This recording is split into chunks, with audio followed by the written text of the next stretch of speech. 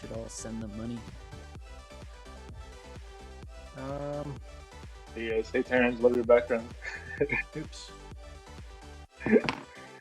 I have an Okay. Animal Crossing one. I was looking for 1, 2, background. 3, 4, 5, 6, 7, 8. All right.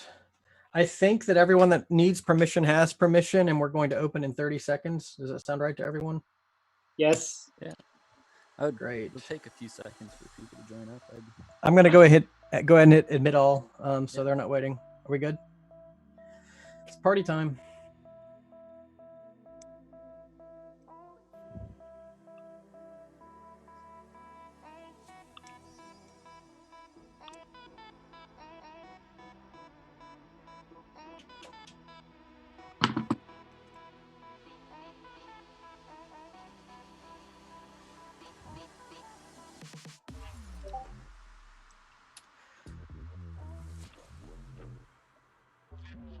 Kierin, can you let me know when we are live on YouTube?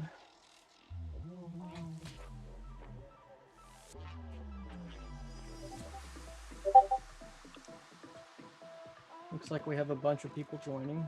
I'm going to close the waiting room.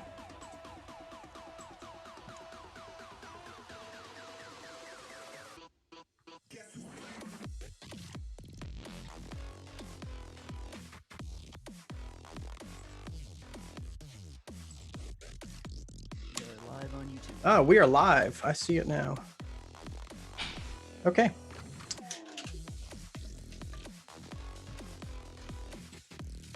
So I'd like to welcome everybody to the Prysmatic Labs Topaz Testnet launch.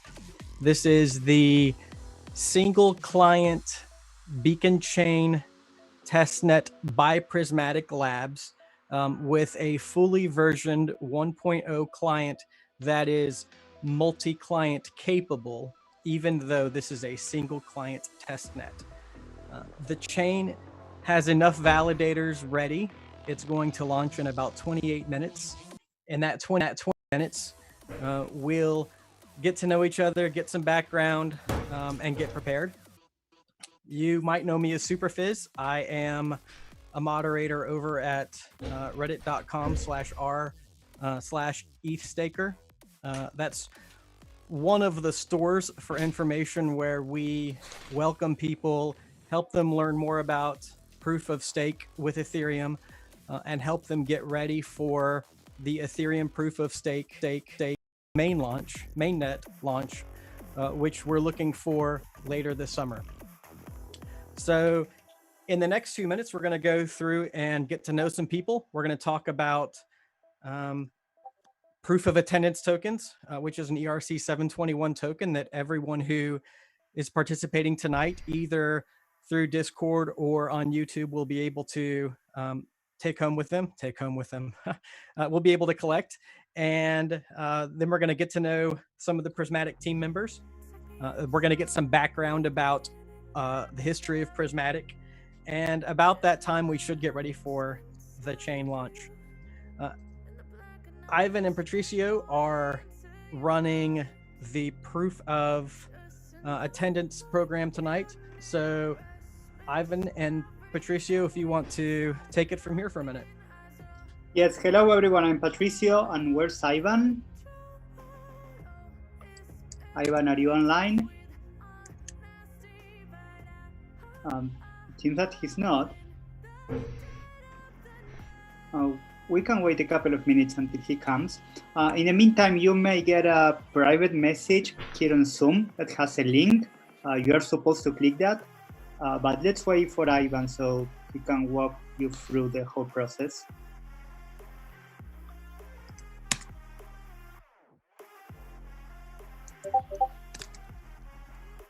He's coming in soon. Oh, great. So I think it might be a fine time for Preston to go ahead and introduce the Prysmatic team members. There are still people trickling in, and after he introduces the team members, then we can go ahead and back up and do proof of attendance, if that works out. Hey guys, Preston Van Loon here, co-founder Prysmatic Labs, software engineer. There are 7 people on our team today. Most of us are on the call here. You're going to hear from Raul, our other co-founder, and Terrence, a day one member of Prysmatic Labs. We also have Nishant, Ivan, Shay, Victor, and Celeste are on our team today. And we're really excited to be sharing this event with you guys. We've been tirelessly working day and night. You've seen us on Discord. We're a 24/7 team, and it seems like we never sleep because we never do. We're always building and trying to get this out for you guys. So this milestone is really significant, and we're all happy to share with you guys and talk a little bit about how we got here and where we're going next. So thanks for being here. I'm going to be here. He's still not here yet. Who? Hi, there you are. Hi. All right, so yeah, Okay. now is a great time to segue into Ivan and Patricio and proof of attendance. Ivan, you are a co-host. You can take screen sharing if you'd like to demonstrate live. Sounds good. One moment, please. Do we have the link for that somewhere for the proof token? For the POAP? So you have your link on your Zoom chat box. Okay, great. So.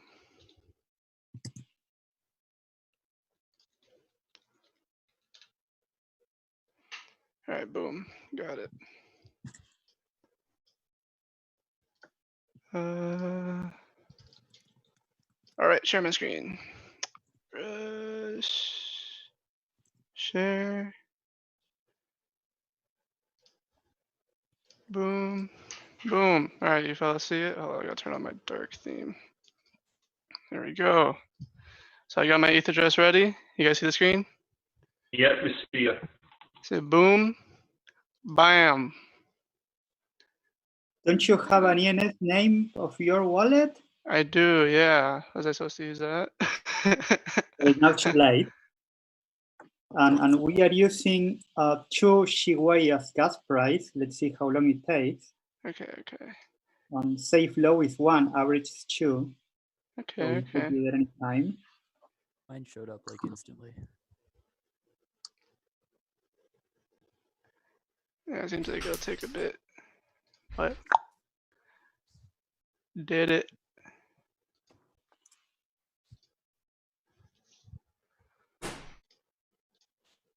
So using this little wait, I ask people to not answer me on the private messages because it gets crazy and the chat interface is so convoluted that I rather have no answers.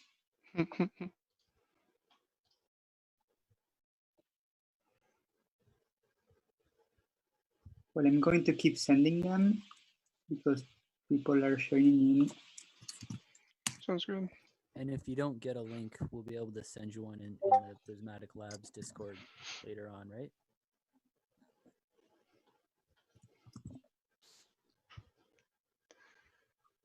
Hopefully we are learning from this experience. By the time we launch Diamond, this is way more straightforward.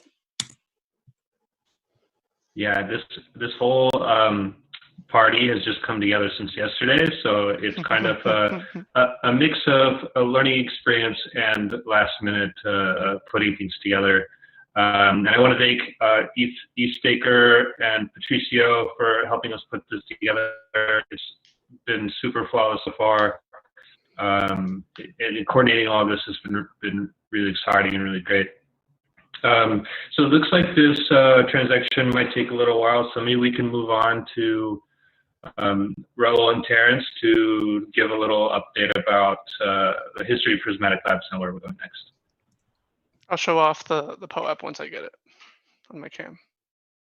Hey everyone, Raul here from Prysmatic. Yeah, it's a pleasure having everyone on board. We wanted to share a brief slide deck, basically detailing our journey so far and talking about how Sapphire Testnet went and what's coming up in Topaz and kind of what you guys can expect. So I'm going to be sharing my screen real quick.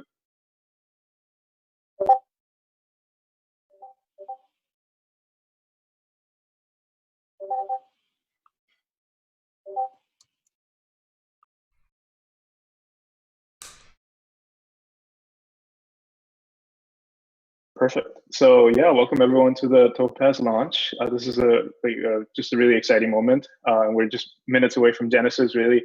So yeah, Prism is built by Prysmatic Labs, as you all know. We're a team building the Ethereum 2.0 protocol, written fully in Go. Here are the core contributors of the project, along with 74 other awesome contributors that we've had through open source. Everything has been assembled organically since day one. And we wanted to share with you guys a little bit of our origin story. To this date, there are two major block explorers that are already tracking the current testnets. For the Sapphire testnet, Etherscan jumped into the party, basically creating a really nice interface that lets you understand what this could look like once it's really live. More importantly, a lot of development went into these block explorers, especially with the Bitfly team creating Beacon Chain. Beacon Chain was just an incredible experiment, and I think that really solidified Sapphire as a great way to understand how validators perform, how rewards are accrued, and understanding better how to compare validators between each other. Additionally, it was a great place to explore problems with the chain. So when there were periods of low finality, there was low participation, very easy for anyone to see that metric from this block explorer. To this date, and this screenshot was taken a very long time ago. Actually, we've gone a lot further than that. So yeah, overall, the Sapphire testnet had at its peak 52,461 validators, and even then, it was able to hold up to its very last moments before we scheduled it down. And Terrence will share more about kind of how that happened. But before we move on, just want to give a quick background of kind of how we got started. The reality was that it was all about timing, being in the right place at the right time. Around the turn of 2017, there was a lot of talk about ETH2, and especially before it was ETH2, it was just called sharding and Casper, right? Everyone talked about layer 1 scalability. Vitalik talked about it significantly in many of his talks. Unfortunately, people that were watching on the sidelines and curious about technical developments, there wasn't nearly any technical development for sharding at the time. There were just a handful of blog posts, maybe a few scattered resources, and more importantly, an FAQ that detailed how this could potentially work, right? With a lot of big buzzwords and difficult to grasp at its core. So it was around that time that many of us were just kind of marginally interested in Ethereum. We're doing other things. We were doing software engineering work in other places.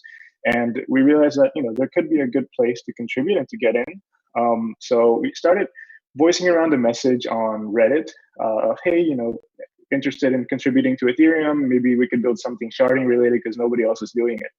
And very, very interestingly, met these guys that are here today.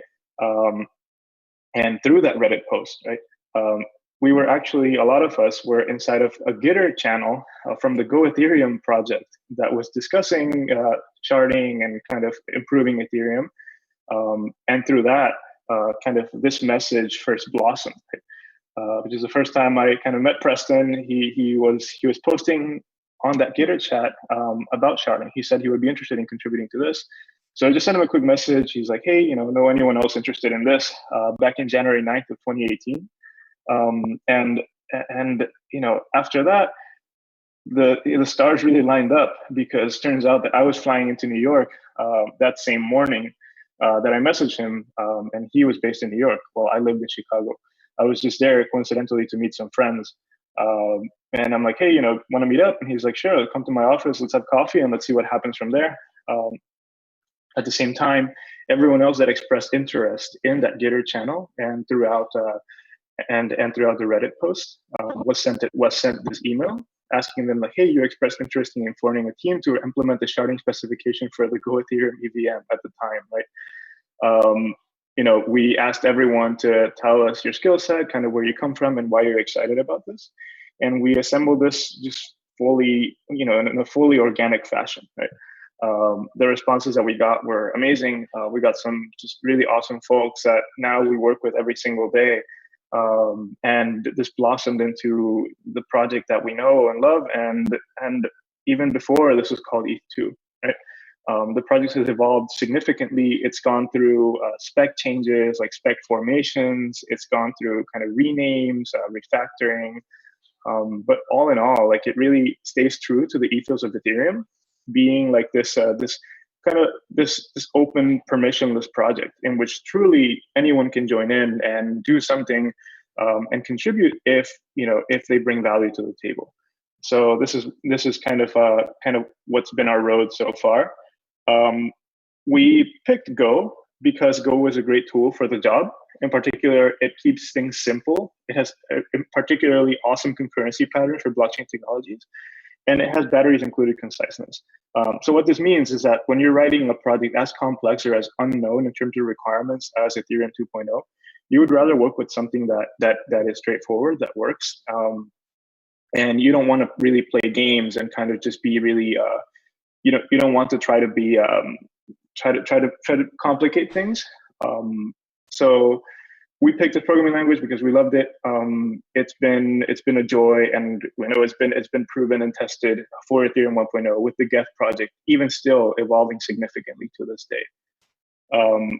Our roadmap is split across 4 different phases, and we're currently wrapping up the 3rd phase. So in approximately 15 minutes, we will be one step closer to Diamond. So what this means is we envision that at the beginning, we will create some proof of concept of Ethereum 2.0. We accomplished this in October of 2018 by launching our first demo release. Our second milestone was a Sapphire milestone. So this is actually a public test network in which people can actually join and participate. And we were the first public kind of nearly full-featured ETH testnet that you could do this. The next milestone was the Topaz Testnet, which is what we're going to be talking about today, and we'll segue this into Terence's explanation of its features. And finally, we have the Diamond, which is the Ethereum 2.0 mainnet release, in which real 32 ETH multiples will be staked, to protect and secure the network. Even though we went through many different spec requirements, we still developed the Sapphire release, which was created in January 2020. And that's been the latest testnet that's been live since, for over 3 months at this point. And yes, so I'll let Terence kind of hop in and explain the Sapphire accomplishments. Thanks, Raul. So can you go back? Yeah. So in the next few slides, I will go through some highlighted awesome features that we have developed over the course for Topaz. I want to keep everything at very high level. So if anyone has any in-depth questions or any of the cover feature, please drop by our Discord room and ask them. Any of us will be happy to answer your questions. So before we dive into Topaz, I want to take a moment to look at how far that we have gone for Sapphire. The genesis time for Sapphire was at January 9th. So quick calculation, that was just 99 days ago. 700,000 slots and 22,000 finalized epochs later, we had about 52,000 validators securing this testnet. And out of 52,000 validators, about 78% of validators were controlled by us. So what I personally cherish about this Sapphire testnet is not only because this is the longest client testnet, not because it has the most active validators. What I was most proud of is that we were able to learn a lot about process improvements. We learned about how to better working as a team. We met a lot of awesome community members, which many of y'all are in the call, and then we received tons of good feedback. And some of those valuable feedbacks ultimately were reflected in the latest spec, and now it's live in the Prism code. So shout out and thank you everyone for that. And we like honestly wouldn't have been here without you guys. So next slide, please. So this is our internal dashboard for displaying the testnet stats. As you can see, there's about 78% of validators controlled by Prism. Next slide, please. Yeah, so let's shift gear and brief chat about the Topaz features. And as you know already, the Topaz implements the latest E2 spec, which is version 11.1. This is the audited version. This is the version that all the clients will be using to target multi-client testnet. 32 Go ETH, not real ETH, to deposit versus the previous 3.2 ETH. This is as mainnet as it gets, right? Every user impact configurations in this testnet is the same as mainnet. And the caching of the SSE state object and the usage of the fast serialization for the fast SSE library are both enabled by default. And before, they were behind the feature flags, which user had to manually turn on. But now it's enabled by default after going through some thorough testing. So we're confident enough to have them on default. So what it means that your node will consume less memory and perform faster for hashing block and state objects. And for network-related improvements, we have dynamic substitution of community attestation subnet that is enabled by default. So that means that your beacon node is not a test team, will not be listening for attestations in the community subnet. You will only be listening for aggregated attestation in the aggregated subnet. So it dramatically reduces the network bandwidth and CPU cycles to verify on aggregated attestations. The initial sync speed is faster now with Topaz. I know we have been hearing lots of complaints about the slow sync times. So we have implemented various implementations for sync. And this is enabled by default as well. For my last setup, I saw about 80% faster blocks per second speed during syncing. And with the new state management service, the node periodically saves the historical state in the DB. So that means just a regular Prism node can generate any historical state at any arbitrary slot to service historical RPC requests, such as balance assignments. This is great for like explorers and data providers. And last but not least, we have the /share service detector, what we call, this is called the /share. It's running in our cluster by default. Shea and Ivan have been doing great working on that component. I believe we have caught a few slashable offense a couple weeks ago, so super exciting stuff here. Next slide. So you may ask what's next now with Topaz running, right? The answer is there's still so much to do. With Topaz running in the background, we'll be shifting our focus into multi-client testnet, and our sister brother client implementation teams are more than welcome to join us on the Topaz testnet as well. We want to get Prism formally audited and then prepare beta for the version 1 release. And last but not least, mainnet, right? We want mainnet release, which is the ultimate phase 0 goal. So thank you. That's all I have. All right. Thank you all so much. That was a fantastic overview. And let me see if I can switch to, there we go. That should have switched us to the countdown view. So for the next 7 minutes, we can take some questions, we can talk, we can unmute, we can chatter. But really the goal is to just sort of enjoy the countdown. If you have questions you'd like to ask in the chat, now would be a great time for that. And I will turn it over, just open it up for the group right now. Let's see.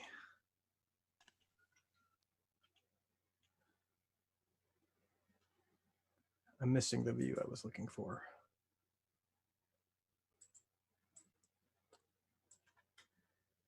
Okay.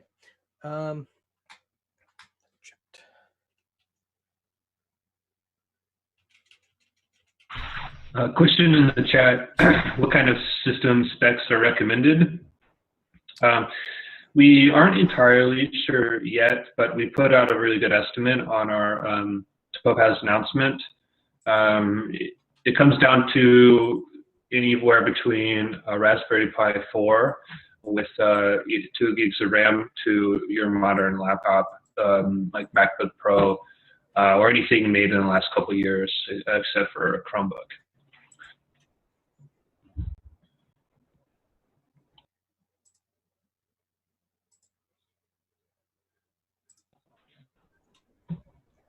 Ivan, you have a question? This image is known as the council. This is, I don't know, I just love these memes of animals facing forwards towards the camera. It's so stupid.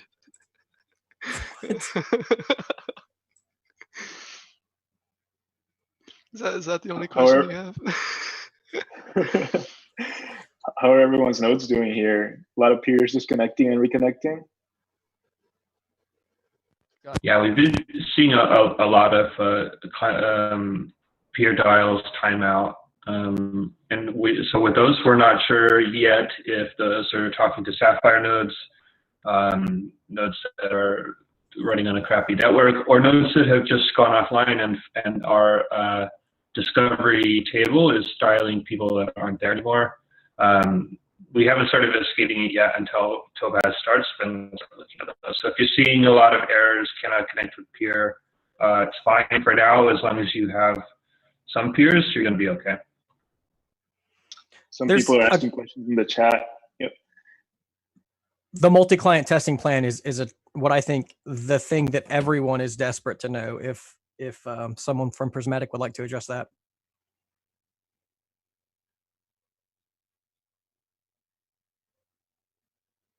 Kierin, you want to answer that one? Or Raul?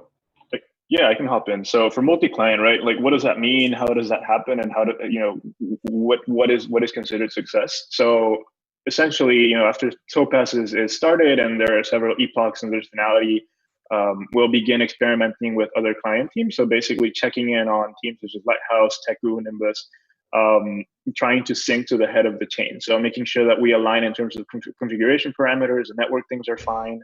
We want to make sure that their node can first sync and basically follow blocks from Topaz. If that happens, then that's really excellent news. I believe Teku can already do that. And really the difficulty here is mostly in small configuration things. Like, oh, maybe Lighthouse expects this flag or expects that thing and networking, and maybe it can't sync with a node.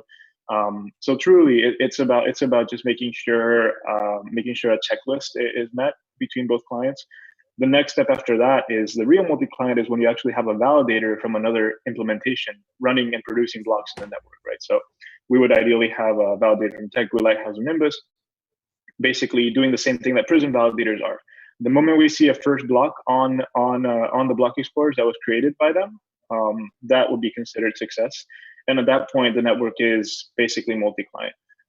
What a real multi-client network would be more distributed evenly across. So you would have many validators from the different teams, right? So you would have something like a even split across the network of like Lighthouse, Nimbus, Teku, Prism validators, right? And that's as distributed and as awesome as you can get. Beyond that, it would really be about ensuring that it has resilience in periods of chaos. So if there's any periods without finality or any problems, that the network can resolve them and can proceed as normal. So that's going to be also undergoing some load testing, and that's kind of what that means, right? So you guys can envision that a bulk of that time will really be in coordination and in making sure that things are aligned between the teams.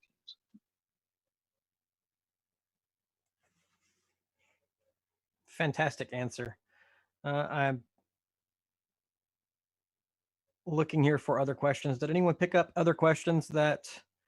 So I know that the two biggest things on everyone's mind are going to be when multi-client and when mainnet, which obviously we can't predict a mainnet, and secondarily, what hardware configuration, which it's two up in the air. We've addressed those two questions. Are there anything else that we really want to dig into? There's less than 2 minutes to Genesis. Might not be a bad time for the hosts to unmute and just chatter for a while. I mean, it's kind of an exciting moment. Yeah. So Alex is in the chat saying there's 10 slots left. This is 10 E2 slots. Slots are, what are they? 8 seconds or 12 seconds? I don't recall. Yeah, it's awesome. Well, we're getting super close. There's a question in the chat about will other clients join this testnet? I assume so. We're compatible. We're all testing with each other's testnets. So I just got my POAP. Oh my God. For all we know, they could be here in this Genesis with us. It's hard to tell. So okay, 1 minute. Oh, let's see who gets that first block. Yeah, if you get the first block, let us know and we'll I don't know, write your name on the back of Prism or something like that.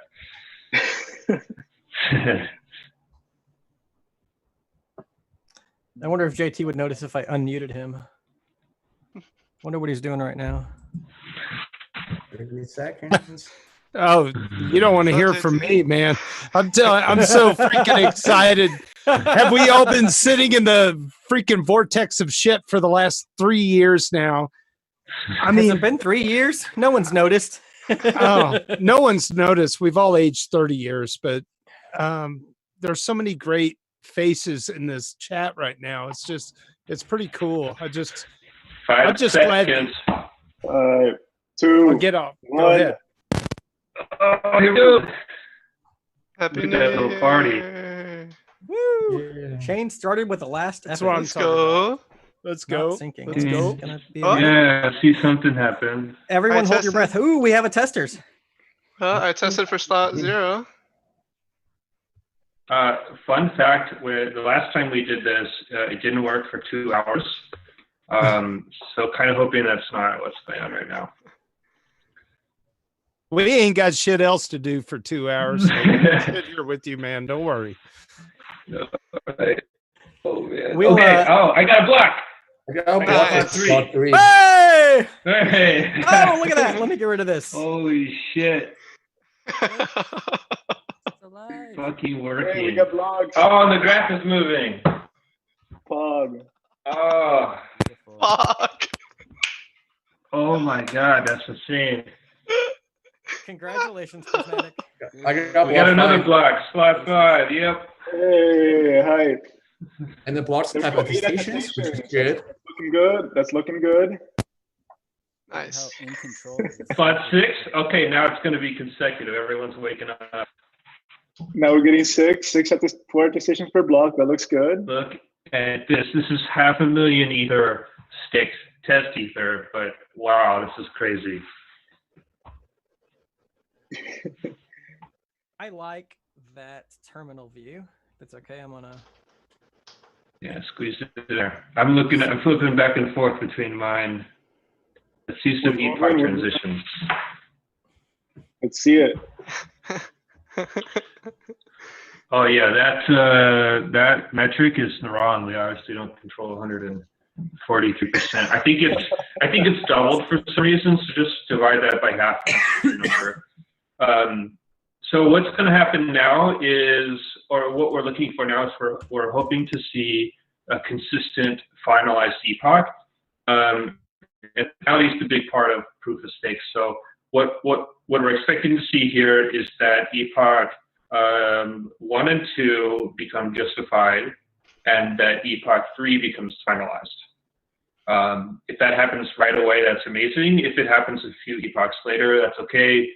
Just a reminder, the epoch is 6.5 minutes. So if everything is working well, we'll see it within the next 30 minutes.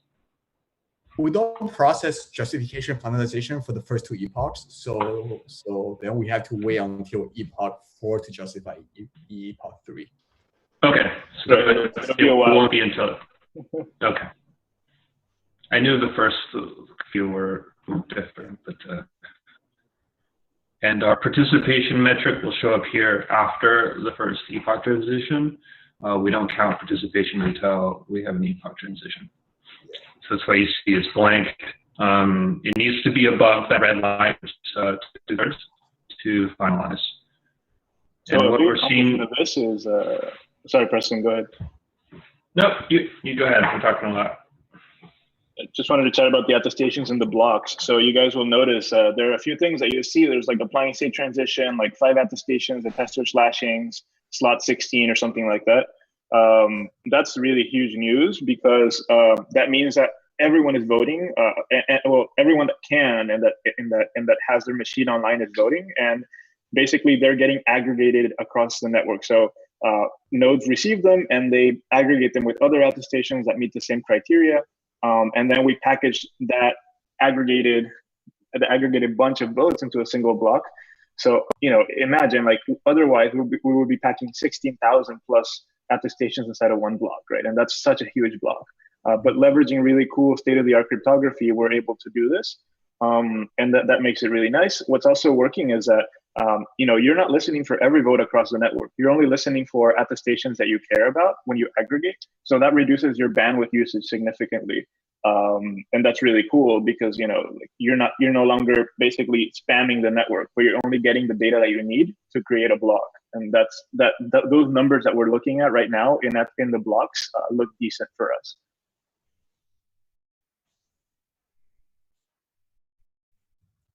My node's only using like 300 kilobytes a second max upload. That's a huge improvement. Question is, who got the first block? I'll open it up right now. We're gonna find out. It was block slot 3.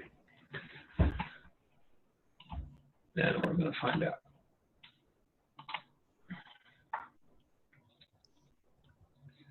It was proposer index 15412. You won the bingo. Who's that? Who's 15412? I'm over here holding my breath that you were going to say my lucky number and you didn't. Can we find them on Beacon Chain and see, did they have any graffiti? Is it one of ours? No, Beacon Chain isn't working right now. Oh. It looks like the screen I was sharing has gone red on my side. What is the screen that everyone? Yep. Okay. I'm going to need somebody else to take over screen share. I don't know what has happened here. We're about to cross epoch 0. I can share my screen in a second if we need. I am approving Limboshi. I have no idea. My screen just went out. Okay, so that validator was one of ours. So we already claimed the reward. All right. First epoch transition coming up. Maybe it's a good time to chat about what happens during an epoch transition, and maybe we can explain it in a way that makes it very very straightforward. Terrence, you want to jump in about that? Yeah, I can try. So essentially, epoch. So there's block transition. There's epoch transition. Block transition happens every slot. What block transition does is they verify that the block is a valid block, right? So make sure the block is not coming from any malicious validator. So once you verify this is a valid block, you basically dissect the block and then see what is in the block, right? The block can contain many validator-related operations, such as deposit to register new validators, such as exit, right? Validator can exit. And then what the most important thing is that block contains votes. So essentially, it's the validator's view of what is the correct chain. So then once the block is processed, the votes gets aggregated in the state. And during epoch processing, we essentially get a state and we look at all these votes, and then we start counting the votes to see whether there's enough voting power to justify or finalize the epoch. Another thing it does is that it essentially process rewards and penalties for the validators. So based on the votes that happen in the block on the per slot basis, it essentially calculate rewards and penalties. Validators gets reward if you vote the right thing. Validator gets penalty if you didn't vote or vote the wrong thing. And those are the two most important things. The two most important tests during epoch processing in my mind.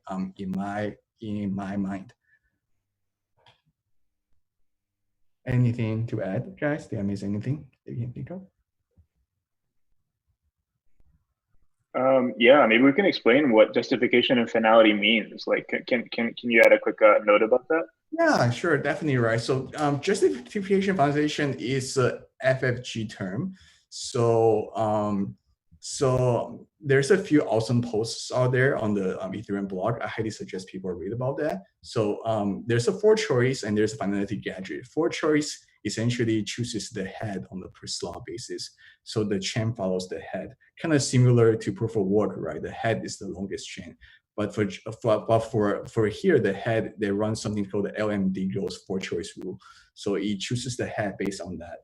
And then based on that, you apply this finality gadget, which is FFG gadget on top of that. So based on that, you can tell like you essentially breaking down the entire chain into checkpoints. So every 32 slots is a checkpoint. And then during that checkpoint, if there's enough validators voting for that checkpoint, by enough, I mean over 2/3. So if there's over 2/3 of a vote on that checkpoint, and that checkpoint considered justified. And based on this rule, if there's 2 consecutive justified, or there's maybe like 1 skip in the middle, and there's 1 justified, 1 not justified, and 1 justified, and then the formal justified, the later justified can basically formalize,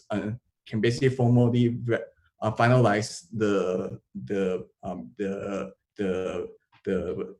previous justified checkpoint. That's what it means. Cool. Yeah. So basically, it's just like, we have enough votes for a lot of consecutive epochs that it's basically impossible to revert chain. So we mark it as impossible to revert. Nobody can come in and try to rewrite the history, right? Like, you cannot change things past the finalized checkpoint, right? That's just like, it's part of the protocol, and it's the way it's designed. And to accomplish that, you need a lot of consecutive epochs of voting and voting and voting. So there are no crazy forks that can go all the way back down and basically gather enough votes from validators to revert history. Like, it becomes impossible. Yeah. And this is an economic guarantee, right? So if you actually finalize 2 justified epoch in the same epoch number, then it means that 1/3 of the validators are basically performing a malicious vote, and that vote will get validator slash, which is why we have been working super hard on this slashing detection service, Slasher. Shout out to Ivan and the share working on that. So with that, we can actually like detect like which validators basically voted the wrong thing to basically trigger 2 duplicated finalized epochs. Yeah. Anyone here have questions about these crazy logs that you see on your screen, or like any weird words or jargon from ETH2 that you're too afraid to ask but always wanted to know? There might be a few people who are seeing like waiting. There might be a few people on their validator scene waiting for deposit to be seen. What's happening there is that you might need to wait for the ETH1 voting distance to reach the point that it's voted upon, so that your deposit is seen by the beacon chain. Pretty much, like, it has a small lag on its view of the ETH1 chain to make sure it's not susceptible to any chain reorgs or something like that. So it might take around a few hours. Yeah, exactly. If you didn't make it into the Genesis set, and maybe you sent a deposit before the chain started, you're still going to end up in the queue to be activated, because you weren't part of that 16,390. So just be patient. It'll take a few hours, 4 to 6 hours before you're eligible for the queue. And last time I looked, there were something like 1,000 people in the queue. The beacon chain at this scale only allows 4 validators per epoch, so 900 per day. At this rate, you'll get in either today or tomorrow, or the next day. But just that's kind of what you're seeing. If you're not active right now, you're waiting in your deposit. That's what you're seeing. Yeah, we just crossed the second epoch transition. Somebody was asking like if we can explain the logs and some of the most common things that they see. Who wants to take a stab at that question? Maybe people might be curious about the error logs. Like, what do those mean? Like, what's happening? Yeah, just looking at the screen share now, we have a benign error here. It says failure to unregister topic validator. This should be a debug level message because it's not actionable. It's something safe to ignore. It kind of just means that since in this testnet you're only subscribing to the subnets that you need. When you unsubscribe from one, it might happen twice. And what you're seeing here with this error is it did happen more than once, and that's why it's feeling you can't unsubscribe from something you're already unsubscribed. So that's kind of what that message is looking at now. So I can dive more into the log. So on the left-hand side is the beacon node log. So the beacon node log essentially does the per block transition, like I mentioned earlier. It processes the block. So you can see it says finish, apply, state transition, and then the attestation count after, right? So there's a number. So that means how many numbers the attestations will process for that block, for that slot. And that's the most interesting thing there is. Just like if you see too little attestation, it's pretty bad. That means no one's voting. If you see too many attestations in a block, that means something's wrong. Like basically, the attestations are not getting aggregated correctly. And on the right window, those are the validator logs. And validators are connected to the beacon node via the RPC interface. So then those are the validators submitting the attestations and submitting the block. And I'm not sure how many validators you're running, because if you just run one or two, you're probably not gonna get a chance to propose a block, because there's too many of the validators out there, and then you only propose 32 blocks per epoch, and then you reshuffle them. So, but then it is doing the right thing. It is submitting attestations.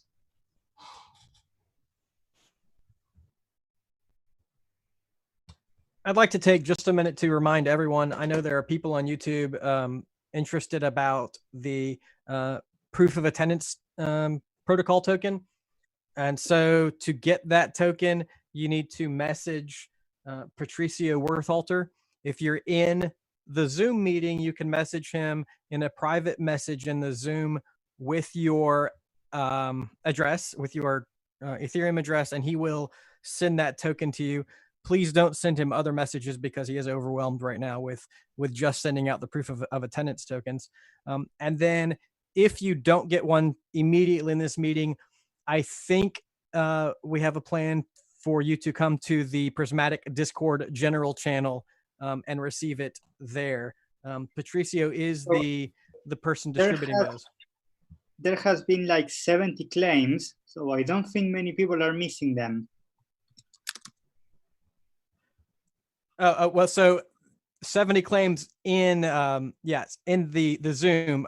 There's a whole other set of people in YouTube who haven't had a chance to claim them. Well, they should join on the Discord, definitely. You guys, that's a good time to explain as well, like the limitations of this release. So of like phase 0 in general, right? And like what are the different phases of ETH2? Maybe we can give a quick overview. Like we just want to clarify there are no smart contracts or transactions between people in this testnet. So and an ETH2 phase 0 mainnet. So it's important for everyone here to know that.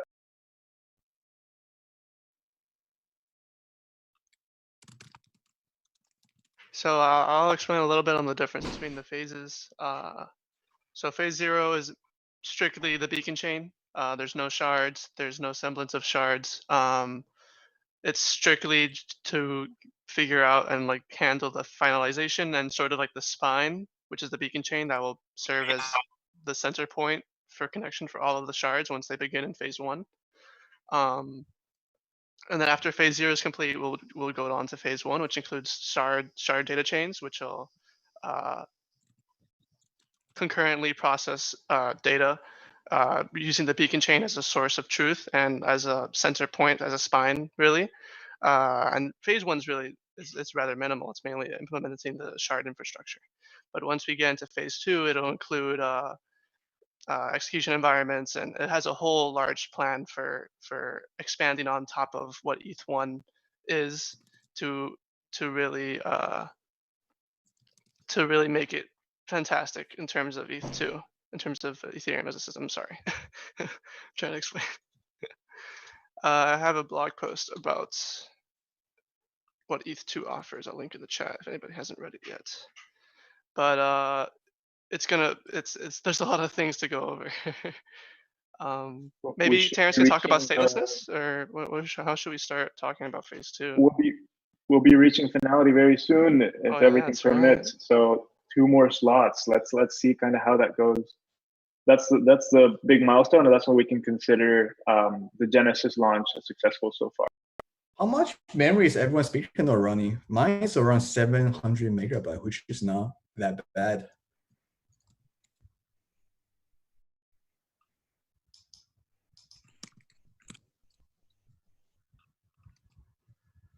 I'm running on a virtual machine. I'm up.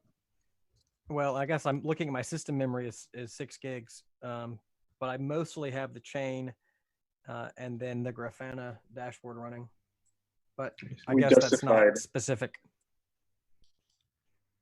We justified the chain. That's really huge news. Now it should be coming very soon. Let's go. Yeah. So right now I'm looking at max participation about 73%.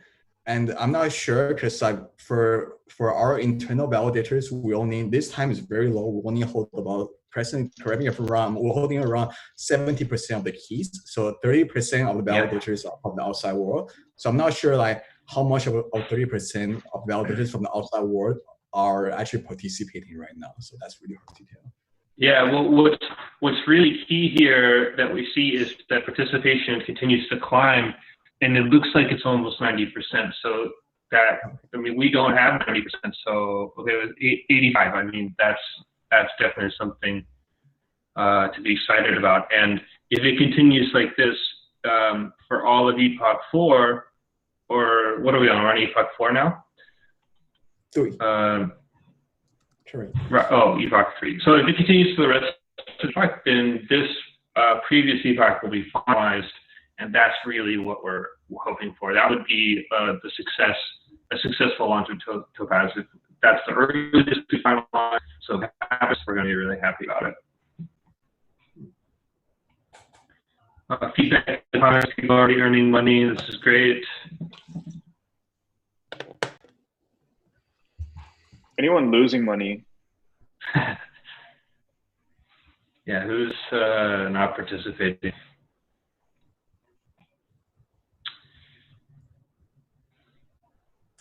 Anyone participating and seeing like a below 32 ETH? Or like their node is online, but maybe they're getting some errors and losing money. Yes, for phase 0, Kierin, yeah, you cannot withdraw your Ether. Yep. Joe Martinez asks, how does the testnet handle slashing? That's a really great question. So slashing is not part of the beacon node. It's actually a separate process, right? And essentially we have this other thing called the slasher that is listening to everything happening in the network and figuring out if you did something wrong. If you did do something wrong or committed a slashable offense, then that will be sent to beacon nodes, and beacon nodes will process that and you'll get slashed. So yeah, it does handle slashing. And then we have verified handle slashing based on the block of Explorer, Etherscan, Bitfly. They are both doing a great job. We have actually seen slashing object gets included in the block via those block explorers.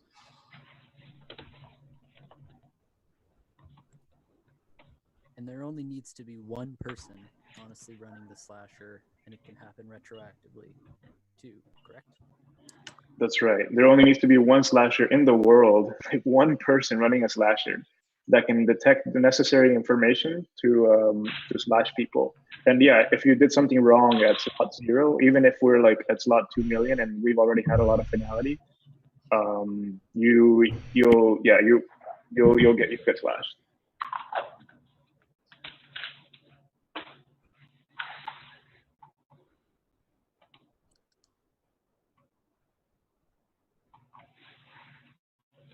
Comment in the chat that I look like a castaway. Ivan then approves. I am. This is my quarantine beard, so because I'm not allowed to go outside, I don't have to shave. So we're gonna keep growing it until I can quarantine sober. My hair is like a bush right now. It's like a small shrub.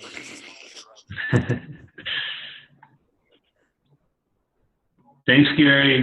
See you around. Good stuff to chat. Yeah. Gary's helped out a lot with our cross compile. Good to see you, Gary. Yeah, somebody asked why the validator is not not attesting or doing the responsibility right away, right? So why do you get assigned to do something and why don't you do it right away? Maybe Kierin, could you answer that one? Wait, sorry, what's the question? I'm just Yeah, so somebody asked, like, so I'm assigned to attest a certain block. Why don't I attest right away? Why do I do it like, why do I have to wait for a while? right. So this is to prevent people manipulating the testnet, right? So blockchain is important. Blockchain has this element where the randomness is formed, right? So basically, in proof of stake, you get randomness for doing work. In proof of stake, you do randomness here by having random, which each proposer gets their public key hash, and then basically like XOR each other, and then they use the randomness to select the next set of validators. So essentially, all the validators are assigned to perform a certain slot, and that slot only, right? If you're a validator, you're supposed to propose a block at slot 5, but then you send it at slot 6, saying this is a block at slot 6. Your block will not be validated. And the system determines that because of this, so then people cannot do like a coordination attack, and people cannot manipulate the whole game theory side of things. Finality coming next slot. Brace yourself. One more.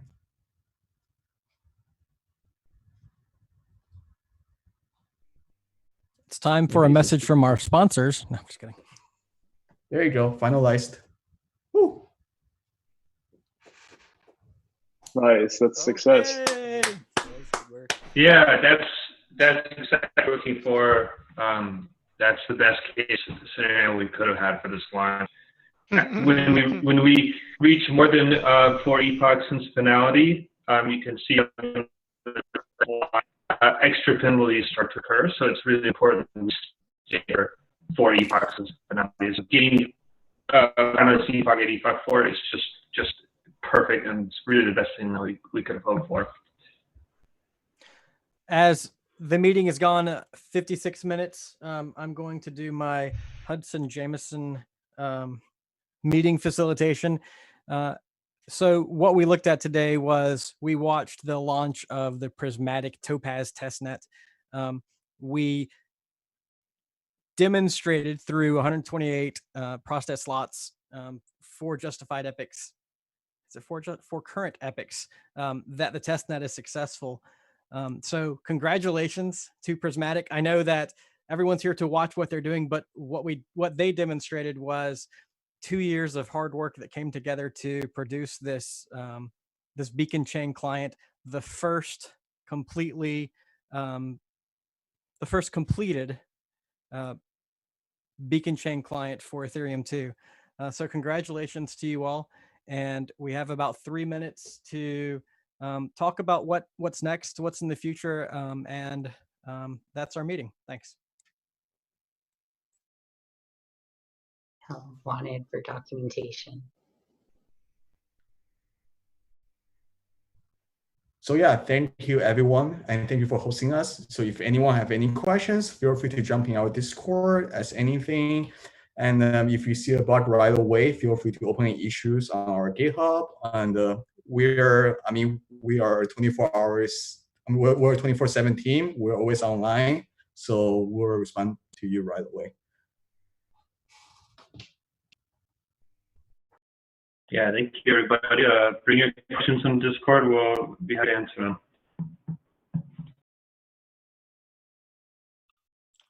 Anyone didn't get the POAP?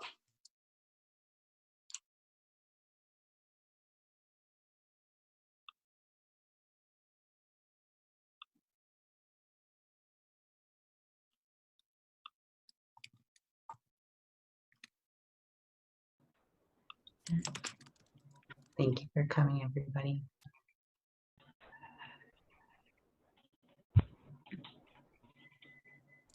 Okay. Thanks again to everybody. I'm going to go ahead and terminate the meeting. So good night. Congratulations. I hope you guys have a fantastic night of celebration. It's time to get back to our families for a while. Good night, everyone. Thank you, everybody. Good night, everyone. Bye. Thanks, guys.